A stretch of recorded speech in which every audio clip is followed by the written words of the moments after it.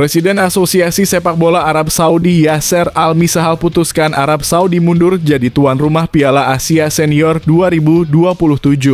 Lalu AFC dan FIFA sepakat tunjuk Indonesia jadi tuan rumah untuk menggantikannya. PSSI siapkan 6 stadion baru khusus menyelenggarakan event tersebut, jadi harapanku usai PSSI secara resmi mendukung Arab Saudi jadi tuan rumah Piala Dunia 2034. Kok bisa begitu? Apa yang sebenarnya terjadi? Simak ulasannya berikut ini. Sumpah bikin merinding. Untung saja Tuhan Yang Maha Kuasa masih menyelamatkan para pemain Jepang.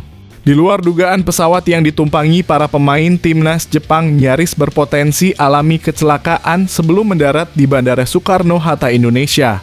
Wah, ini jelas banyak yang nggak tahu. Penasaran dengan kejadiannya? Tonton video sampai selesai. Tepat tadi malam, alhamdulillah ini benar-benar membuat semua fans timnas Indonesia sangat bahagia mendengarnya. Kebohongan manajer timnas Indonesia terbongkar, semuanya kena prank. Sempat dinyatakan fix absen lawan Jepang karena alami cedera dan tiket pesawat belum dibelikan. Mas Hilgers buat kejutan tepat tadi malam saat melawan klub raksasa Eropa. Wah, apa drama yang sedang terjadi? Saya yakin kamu akan full senyum. Temukan jawabannya hanya di sini. Komite Disiplin FIFA putuskan cabut 4 hukuman sanksi ke timnas Indonesia dan official PSSI usai laga lawan Australia dan Bahrain. Asisten Sintayong diperbolehkan lagi mendampingi tim demi perjalanan timnas Indonesia lolos Piala Dunia 2026. Jadi tuntutanku. Di sisi lain ini, respon mengejutkan ex-co PSSI soal hukuman tersebut. Apa yang disampaikan oleh tangan kanan Erick Thohir ini? Simak informasi selengkapnya hanya di sini. Yes, doa sebagian besar publik akhirnya terkabul juga. Benar-benar bikin bangga. Satu lagi pemain keturunan Indonesia Belanda, campuran darah Surabaya dan Medan ditemukan di klub raksasa Eropa dan Belanda. Bahkan satu tim dengan legenda timnas Belanda Rafael van de Vaart. Sosoknya masih muda berinisial RVDP. Penasaran? Simak detail lengkapnya hanya di sini. Nah, gini dong baru mantap. Demi penuhi aturan FIFA dan AFC, Sintayong dengan tegas resmi coret 5 pemain jelang laga timnas Indonesia versus Jepang di kualifikasi Piala Dunia 2026. 5 pemain itu dipastikan lokal pret yang main di Liga Indonesia. Penasaran siapa kira-kira pemain yang super apes tersebut? Semua fans timnas Indonesia auto lega mendengarnya. Ini info lengkapnya. Mendadak auto gegerkan Australia, Rafael Struijk di luar dugaan berani keluarkan statement keras begini yang bisa bikin lawan timnas Indonesia di grup C kualifikasi Piala Dunia 2026 auto menangis kejang menderita. Bahkan sang pemain berjuluk El Klemer ini sampaikan pesuar keras. Memangnya apa yang ia ucapkan ke publik? Tonton video sampai selesai. Pelatih klub raksasa Inggris Manchester City yaitu Pep Guardiola auto tercengang dan takjub. Ini prediksi line up timnas Indonesia versus Jepang setelah Mas Hilgers dan Kevin Dix bisa main. Benar-benar mengerikan layaknya raksasa Asia yang telah bangkit kembali. Seperti apakah formasinya kira-kira? Apakah tercipta sejarah pertama kalinya 11 pemain utamanya adalah pemain naturalisasi keturunan? Temukan jawabannya hanya di sini. Pelatih Jepang Hajime Moriyasu dan rombongan pemain Jepang dan tim official telah mendarat mulus di Indonesia tepat tadi malam. Langsung berangkat kulineran, makan masakan jajanan asli Indonesia. Makan ketoprak Jakarta, makan soto ayam, makan rendang. Sampai kekenyangan, perutnya langsung mules. Saking enaknya masakan Indonesia. Jadi harapanku. Di sisi lain ini pernyataan official staf Jepang usai tiba semalam. Bikin kaget aja. Apa memangnya? Ini penjelasan lengkapnya. Sintayong coret Jordi Amat dari skuad timnas Indonesia lawan Jepang dan Arab Saudi di kualifikasi Piala Dunia 2026 zona Asia jadi tuntutanku usai Jordi Amat sudah terbuang dari klub abal-abal Malaysia Johor Darul Takzim. Terbukti si tukang blunder ini memang sudah tamat karirnya daripada merugikan timnas Indonesia. Apa yang sebenarnya terjadi? Simak detail lengkapnya berikut ini. Timnas Indonesia lagi-lagi untung besar, wow cair uang 400 miliar sekaligus. Erick Thohir belak-belakan ungkap kejutan rahasia ini ke para fans timnas Indonesia. Apa yang sebenarnya terjadi di balik uang 400 miliar tersebut demi membantu langkah timnas Indonesia ke Piala Dunia 2026? Temukan jawabannya hanya di sini. Akhirnya ada jawaban yang bikin hati tenang. Dua pemain naturalisasi baru timnas Indonesia resmi dipastikan tiba di Jakarta pada 14 November 2024. Dua sosok berkelas ini berinisial DM dan TG siap mengguncangkan jagat sepak bola tanah air. Siapa saja kan mereka? Ini informasi A1 khusus untuk kalian semua. Simak fakta bahagianya berikut ini. Benar-benar pemain Malaysia kayak sampah gak tahu malu. FIFA dan AFC langsung jatuhkan hukuman berat ke winger timnas Malaysia Arif Aiman usai kepergok tonjok muka lawan. Di laga ini langsung dijatuhkan larangan bermain sepak bola seumur hidup dan denda 100 triliun rupiah jadi tuntutan dan harapanku. Di sisi lain ini kronologi bodohnya. Fans timnas Indonesia auto ketawa super ngakak melihatnya. Simak detail berikut. Sebelum video kita mulai, buat kamu yang mau beli jersey timnas Indonesia, caranya gampang banget. Kamu langsung hubungi nomor WhatsApp yang ada di gambar ini, atau bisa langsung klik link pembelian yang ada di deskripsi video ini ya. Mumpung lagi promo gratis ongkir ke seluruh Indonesia. Buruan sebelum kehabisan. Sebelum dimulai pembahasan, mohon bantuannya untuk subscribe channel ini, agar tidak ketinggalan info timnas Indonesia. Presiden Asosiasi Sepak Bola Arab Saudi Yasser Al-Misahal putuskan Arab Saudi mundur jadi tuan rumah Piala Asia Senior 2027. Lalu AFC dan FIFA sepakat tunjuk Indonesia jadi tuan rumah untuk menggantikannya. PSSI siapkan 6 stadion baru khusus menyelenggarakan event tersebut, jadi harapanku usai PSSI secara resmi mendukung Arab Saudi jadi tuan rumah Piala Dunia 2034. Kok bisa begitu? Apa yang sebenarnya terjadi? Simak ulasannya berikut ini. Indonesia telah resmi menyatakan dukungannya terhadap Arab Saudi sebagai calon tuan rumah Piala Dunia 2034. Indonesia mendukung Arab Saudi sebagai tuan rumah Piala Dunia 2034. Di sisi lain, Indonesia terus mempersiapkan diri untuk bidding Piala Dunia berikutnya di zona Asia setelah 2034 serta kompetisi FIFA lainnya, ungkap Erick dalam keterangan tertulisnya.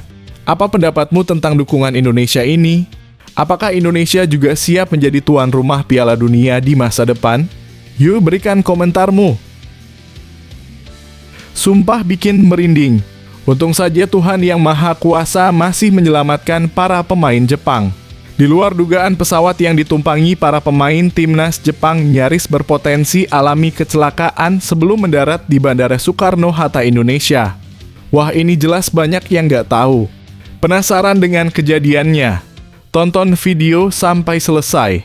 Pesawat timnas Jepang sejatinya sudah lepas landas pada Minggu pagi sesuai jadwal yang telah ditentukan.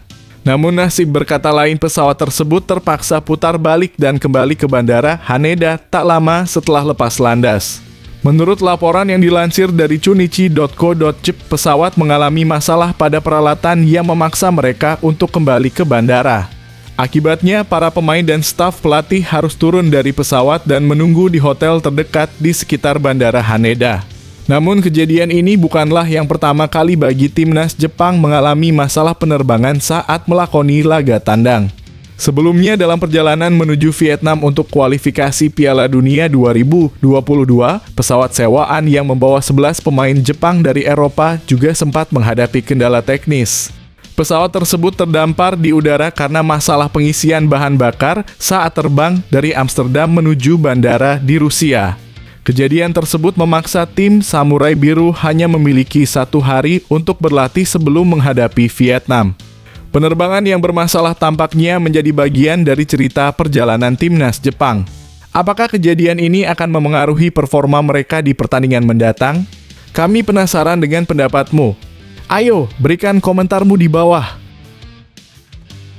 Tepat tadi malam, alhamdulillah ini benar-benar membuat semua fans Timnas Indonesia sangat bahagia mendengarnya. Kebohongan manajer Timnas Indonesia terbongkar, semuanya kena peran. Sempat dinyatakan fix absen lawan Jepang karena alami cedera dan tiket pesawat belum dibelikan. Ms. Hilgers buat kejutan tepat tadi malam saat melawan klub raksasa Eropa. Wah, apa drama yang sedang terjadi? Saya yakin kamu akan full senyum. Temukan jawabannya hanya di sini. Ms. Hilgers tampil penuh kejutan dalam laga Liga Belanda 2024 hingga 2025 antara FC Twente melawan Ajax Amsterdam pada Minggu malam dalam kurung 10 November 2024. Pemain yang baru pulih dari cedera ini memulai pertandingan sejak menit pertama, membuktikan kondisinya sudah kembali fit. Laga yang digelar di Stadion De Grootvesten Enschede berakhir imbang 2-2 dalam pertandingan yang sengit dan penuh drama. Sejak awal, baik FC Twente maupun Ajax tampil dengan tempo yang relatif sedang, masing-masing berusaha mengembangkan pola permainan mereka. Pada pertengahan babak pertama, kedua tim mulai saling serang, namun pertahanan mereka masih solid dan sulit ditembus. Meskipun begitu, Hilgers menunjukkan performa yang impresif di lini belakang dengan rating tertinggi di antara rekan setimnya, yakni 4,7. Hasil imbang ini membawa FC Twente menempati posisi kelima klasemen sementara dengan 22 poin, sementara Ajax tetap berada di posisi ketiga dengan 25 poin. Bagaimana menurutmu dengan performa Ms. Hilgers setelah kembali dari cedera? Apakah FC Twente bisa terus bersaing di papan atas? Tulis komentarmu di bawah. Komite Disiplin FIFA putuskan cabut 4 hukuman sanksi ke Timnas Indonesia dan official PSSI usai laga lawan Australia dan Bahrain. Asisten Sintayong diperbolehkan lagi mendampingi tim demi perjalanan Timnas Indonesia lolos Piala Dunia 2026. Jadi tuntutanku. Di sisi lain ini respon mengejutkan ex-co PSSI soal hukuman tersebut. Apa yang disampaikan oleh tangan kanan Erick Thohir ini? Simak informasi selengkapnya hanya di sini. Anggota Komite Eksekutif PSSI Arya Sinulinga menyatakan siap menerima dan mematuhi sanksi yang diberikan oleh FIFA terkait pelanggaran yang terjadi. Menurutnya, langkah pertama yang harus diambil adalah evaluasi menyeluruh atas kesalahan-kesalahan yang telah dilakukan. Kita patuh saja ya terhadap denda yang diberikan oleh FIFA, ujar Arya Sinulinga. Lebih lanjut, Arya menegaskan pentingnya melakukan perbaikan atas masalah yang ada seperti keterlambatan kick-off dan kesalahan lainnya yang telah mencoreng citra sepak bola Indonesia. Apalagi memang kita perlu evaluasi dan perbaiki diri apa yang memang menjadi kesalahan-kesalahan kita seperti yang telat kick-off dan sebagainya, jelasnya. Arya juga memberikan penjelasan terkait peran ofisial PSSI seperti Pak Marji Sumarji yang kala itu berusaha menghindari hukuman bagi pelatih dengan bertindak di luar prosedur yang ada. Kalau ada ofisial kita seperti Pak Marji itu kita terima karena memang kondisi pada saat itu Pak Marji kan berusaha untuk menjaga supaya jangan sampai pelatih yang terkena hukuman, tuturnya. Dengan sikap terbuka dan kesediaan untuk memperbaiki diri, PSSI siap menjalani konsekuensi dari sanksi FIFA ini. Menurutmu apa langkah selanjutnya yang perlu diambil oleh PSSI agar kejadian serupa tidak terulang lagi? Berikan pendapatmu di kolom komentar. Yes, doa sebagian besar publik akhirnya terkabul juga. Benar-benar bikin bangga. Satu lagi pemain keturunan Indonesia Belanda, campuran darah Surabaya dan Medan ditemukan di klub raksasa Eropa dan Belanda. Bahkan satu tim dengan legenda timnas Belanda Rafael van de Vaart. Sosoknya masih muda berinisial RVDP. Penasaran? Simak detail lengkapnya hanya di sini. Rian van de Vaart adalah pemain muda berbakat yang saat ini membela tim Ajax Amsterdam U19. Meski baru berusia 18 tahun, Van de Vaart sudah menunjukkan potensi luar biasa di dunia sepak bola dan yang menarik, ia memiliki darah Indonesia di dalam dirinya. Pemain yang memiliki keturunan Indonesia dari kedua orang tuanya ini berasal dari Medan dan Surabaya, yang menjadikannya salah satu talenta muda diaspora yang berpotensi membela timnas Indonesia di masa depan. Menurut akun @footballtalentnesia, darah Indonesia dari pihak ayahnya berasal dari kakek dan nenek, sementara dari pihak ibunya, Van de Vaart juga memiliki keturunan setengah Nusantara. Dengan usia yang masih muda dan bermain di salah satu akademi sepak bola terbesar di Eropa, yaitu Ajax, Van de Pavert bisa menjadi opsi menarik bagi timnas Indonesia. Di Ajax U19, ia telah mencatatkan 55 penampilan dengan 2 gol dan 2 assist, menunjukkan kemampuannya yang serba bisa. Menariknya, meskipun berposisi sebagai bek kanan, Van de Pavert juga sering dimainkan di posisi bek kiri, bek tengah, bahkan gelandang tengah. Kemampuannya bermain di beberapa posisi ini memberikan fleksibilitas yang sangat berharga bagi tim. Salah satu hal yang menonjol dari pemain yang memiliki postur sekitar 184 cm ini adalah fisiknya. Dengan tubuh yang cukup tinggi dan kekar, ia memiliki potensi untuk berkembang lebih jauh lagi dalam karier sepak bolanya. Apakah kamu berharap Van de Pavert bisa bergabung dengan timnas Indonesia suatu saat nanti? Berikan pendapatmu di kolom komentar. Nah, gini dong baru mantap. Demi penuhi aturan FIFA dan AFC, Shin Tae-yong dengan tegas resmi coret 5 pemain jelang laga timnas Indonesia versus Jepang di kualifikasi Piala Dunia 2026. 5 pemain itu dipastikan lokal pret yang main di Liga Indonesia. Penasaran siapa kira-kira pemain yang super apes tersebut? Semua fans timnas Indonesia auto lega mendengarnya. Ini info lengkapnya. Pelatih timnas Indonesia Shin Tae-yong telah memanggil 28 pemain untuk memperkuat skuadnya, termasuk nama baru Kevin Dix yang menjadi sorotan. Namun meskipun 28 pemain telah dipanggil, hanya 23 nama yang dapat didaftarkan dalam daftar susunan pemain untuk pertandingan, yang berarti Shin Tae-yong harus mencoret 5 pemain dari daftar tersebut. Menurut prediksi dari channel Indonesian Soccer, ada beberapa nama yang berpotensi dicoret, diantaranya adalah Muhammad Ferrari, Yance Sayuri, Hoki Caraka, dan Egy Maulana Fikri. Selain itu, satu nama yang sudah dipastikan tidak akan bermain adalah Ivar Jenner. Gelandang berusia 20 tahun ini harus absen melawan Jepang karena harus menjalani sanksi akumulasi kartu, meskipun ia tetap dipanggil untuk laga melawan Arab Saudi, di mana kehadirannya sangat dibutuhkan. Dalam menghadapi Jepang, timnas Indonesia membutuhkan hasil maksimal untuk membuka peluang lolos ke Piala Dunia 2026. Dengan pertandingan yang sangat krusial ini, diharapkan para pemain yang dipilih Shin Tae-yong dapat menunjukkan kemampuan terbaik mereka. Siapa menurutmu yang pantas dipilih untuk pertandingan melawan Jepang? Dan bagaimana peluang timnas Indonesia di laga tersebut? Yuk beri komentarmu. Mendadak auto gegerkan Australia, Rafael Struijk di luar dugaan berani keluarkan statement keras begini yang bisa bikin lawan timnas Indonesia di grup C kualifikasi Piala Dunia 2026 auto menangis kejang menderita. Bahkan sang pemain berjuluk El Klemer ini sampaikan pesuar keras. Memangnya apa yang ia ucapkan ke publik? Tonton video sampai selesai. Rafael Struijk mengungkapkan keinginannya untuk segera melupakan 2 hasil negatif yang diterima timnas Indonesia saat menghadapi Bahrain dan Cina dalam kualifikasi Piala Dunia 2026.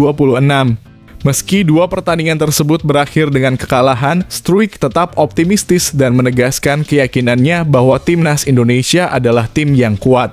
Pertama-tama, saya pikir bahwa kami adalah tim yang kuat, ujar Struijk saat diwawancarai oleh SBS.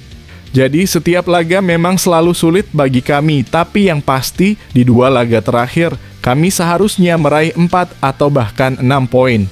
Namun meskipun hasil tersebut cukup mengecewakan, Struijk tetap bersemangat dan siap mengerahkan segalanya untuk meraih kemenangan di 2 laga berikutnya di Stadion Gelora Bung Karno. Kami harus move on ke 2 laga berikutnya di GBK. Kami akan menghadapi 2 lawan sulit, tetapi saya pikir kami bermain di kandang sendiri dengan dukungan fans. Mereka tentu memberikan energi tambahan dan kami harus meraih poin di sana, ujarnya penuh keyakinan.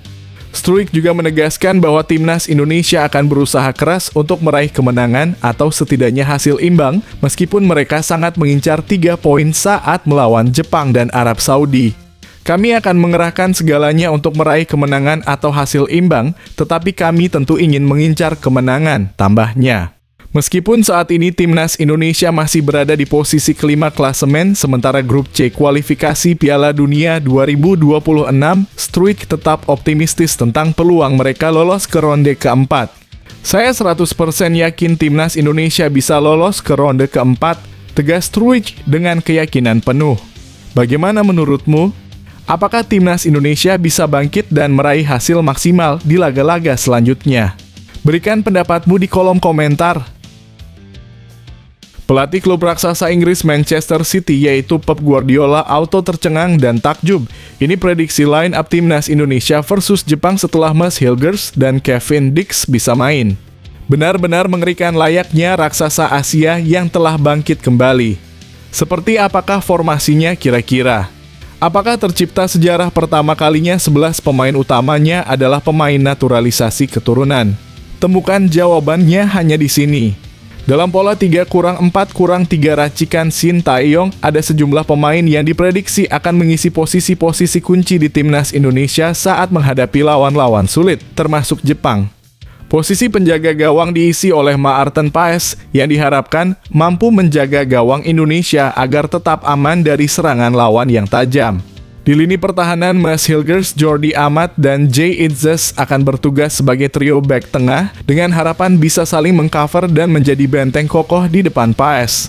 Hilgers dengan posturnya yang tinggi dan kemampuan duel udara, Amat dengan pengalaman internasionalnya, dan Itzes yang solid dalam bertahan menjadi kombinasi yang diharapkan bisa mengatasi tekanan dari serangan lawan.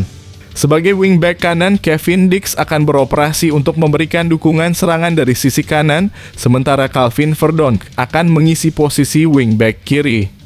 Kedua pemain ini diharapkan memberikan lebar pada permainan dan menjadi opsi serangan serta bertahan dengan efektif.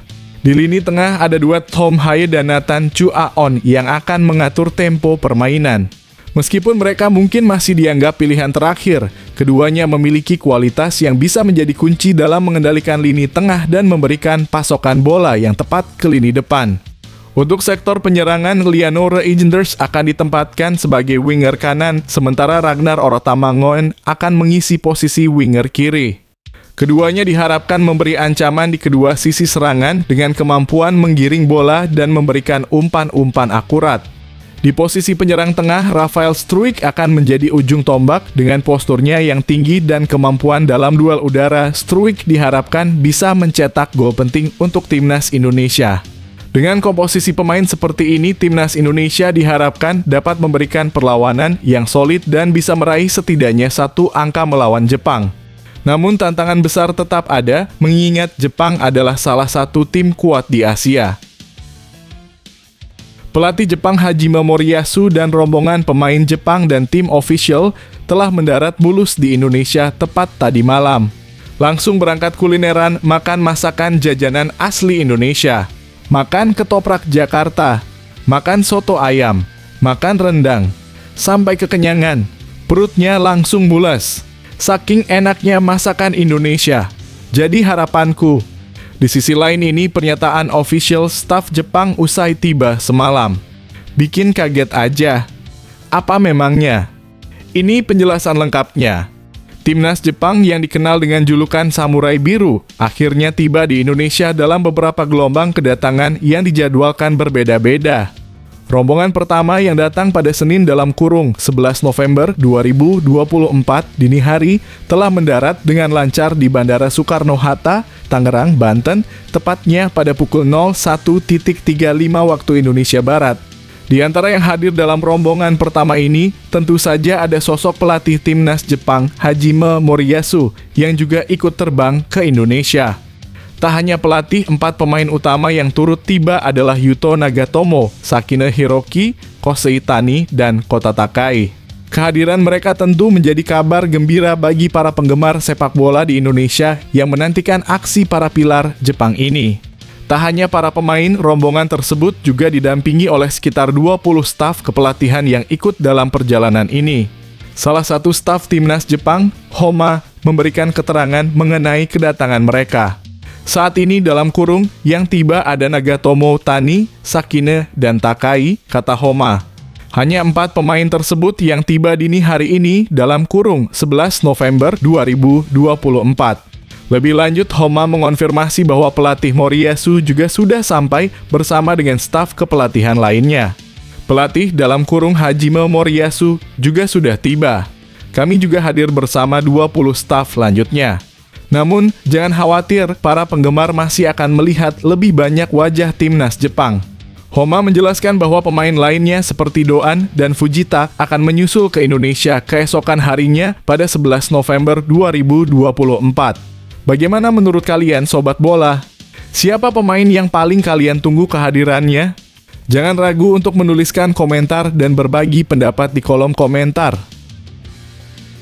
Shin Tae-yong coret Jordi Amat dari skuad timnas Indonesia lawan Jepang dan Arab Saudi di kualifikasi Piala Dunia 2026 zona Asia jadi tuntutanku usai Jordi Amat sudah terbuang dari klub abal-abal Malaysia Johor Darul Takzim. Terbukti si tukang blunder ini memang sudah tamat karirnya daripada merugikan timnas Indonesia. Apa yang sebenarnya terjadi? Simak detail lengkapnya berikut ini.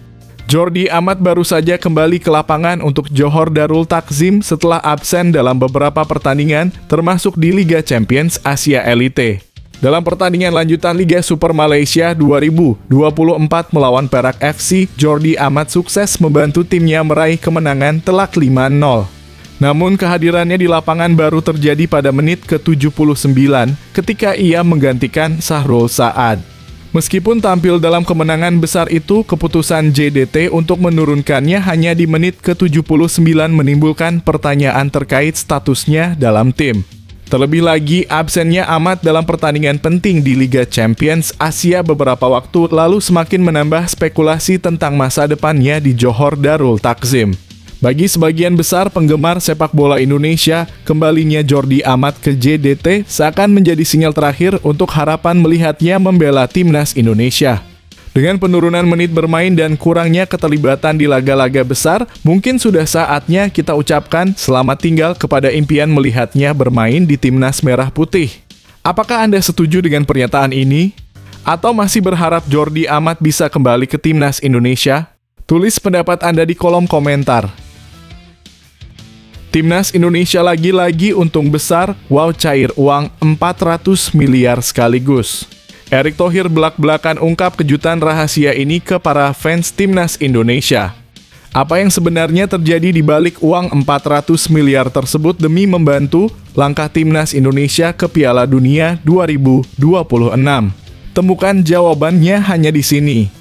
Ketua Umum PSSI Erick Thohir baru-baru ini mengungkapkan bahwa Timnas Indonesia mendapatkan dukungan luar biasa dari berbagai pihak, terutama sponsor. Total dana hampir mencapai 400 miliar rupiah yang didapatkan berkat dukungan penuh dari perusahaan-perusahaan besar, baik BUMN maupun swasta. Ini menjadi bukti bahwa di bawah kepemimpinan Erick Thohir, Timnas Indonesia mengalami lonjakan dukungan finansial yang signifikan. Erick Thohir dengan bangga menyampaikan rasa terima kasihnya kepada berbagai pihak yang telah memberikan dukungan kepada Timnas Indonesia.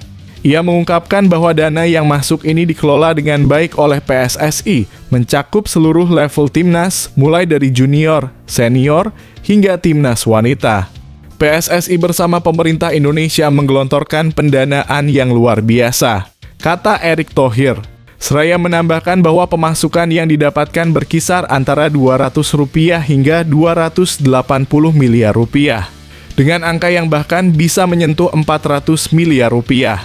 Sumber dana ini datang dari berbagai sektor dengan dukungan dari berbagai perusahaan seperti produsen susu, air mineral, perusahaan keuangan, hingga hak siar dan tiketing.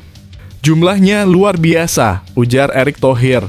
Ini juga membuktikan bahwa PSSI bekerja secara profesional dan transparan. Meskipun begitu, Erick Thohir menyadari bahwa kepercayaan penuh dari pihak sponsor kepada PSSI masih dalam proses pembangunan. Namun ia optimistis melihat perkembangan positif yang terjadi dalam dunia sepak bola Indonesia. Pemerintah Indonesia senang, masyarakat juga senang, dan sponsor-sponsor dari pihak swasta pun senang, lanjut Erick Thohir. Sekarang, PSSI tidak boleh cepat lelah. Kami harus terus berpacu dan kuat karena semua mata sangat menyorot sepak bola Indonesia. Ini adalah sebuah pencapaian yang patut diapresiasi, namun tantangan terbesar tetap menanti. Apakah PSSI dan Timnas Indonesia dapat terus mempertahankan momentum ini? Bagaimana menurut kalian, Sobat Bola? Tulis pendapat kalian di kolom komentar. Akhirnya ada jawaban yang bikin hati tenang. Dua pemain naturalisasi baru Timnas Indonesia resmi dipastikan tiba di Jakarta pada 14 November 2024. Dua sosok berkelas ini berinisial DM dan TG siap mengguncangkan jagat sepak bola tanah air. Siapa saja akan mereka? Ini informasi A1 khusus untuk kalian semua. Simak fakta bahagianya berikut ini. Calon pemain naturalisasi Dion Marks dan tim Gaypens dijadwalkan untuk menjalani serangkaian tes di Jakarta pada 14 November 2024 mendatang. Hal ini dikonfirmasi oleh pelatih Timnas Indonesia U20 Indra Syafri.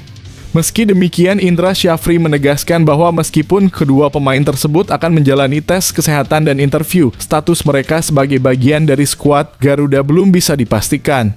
Ada dua yang sedang diproses, Dion dan tim. Tanggal 14 nanti mereka datang ke Indonesia untuk tes kesehatan. Mungkin interview dan sebagainya. Yang lain belum ada.